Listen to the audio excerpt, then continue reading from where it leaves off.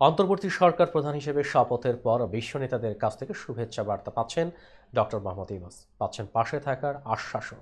এরই মধ্যে তাকে অভিনন্দন জানিয়েছেন ভারতের প্রধানমন্ত্রী নরেন্দ্র মোদী। পাশাপাশি মোদী প্রত্যাশা জানিয়ে বলেছেন, বাংলাদেশের পরিস্থিতি দ্রুত স্বাভাবিক ও ধর্মীয় সংখ্যালঘুদের নিরাপত্তা নিশ্চিত হবে। একই সঙ্গে দুই দেশের উন্নয়নে ঢাকার সঙ্গে কাজ করতে দিল্লির প্রতিশ্রুতিও তুলে ধরেন তিনি।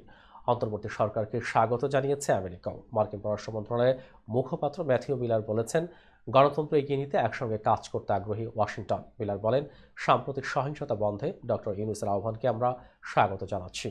অন্তর্বর্তী সরকারও ডক্টর ইউনূসের বাংলাদেশের জনগণের জন্য একটি গণতান্ত্রিক ভবিষ্যৎ তৈরি করতে চায়, তাই আমরা অন্তর্বর্তী সরকারের সঙ্গে কাজ করতে প্রস্তুত। ডক্টর ইউনূসকে অভিনন্দন জানিয়ে গণতান্ত্রিকভাবে ক্ষমতা হস্তান্তরের কাজে অন্তর্বর্তী সরকারকে সহায়তার আশ্বাস দিয়েছে ইউরোপীয় ইউনিয়ন। ইউর পররাষ্ট্রনীতি বিষয়ক প্রধান জোসেফ বরেল বলেছেন, ক্ষমতা হস্তান্তরের এই প্রক্রিয়া হতে হবে শান্তিপূর্ণ ও অংশগ্রহণমূলক।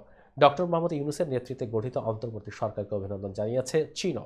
তারা জানিয়েছে, ঢাকার সঙ্গে কাজ করতে প্রস্তুত বেইজিং। এদিকে বাংলাদেশ সরকারের সঙ্গে কাজ করতে আগ্রহের কথা জানিয়েছে রাশিয়া। এক সাক্ষাৎকারে বিষয়টি নিশ্চিত করেছেন ঢাকায় রুশ রাষ্ট্রদূত আলেকজান্ডার মন্টিটস্কি।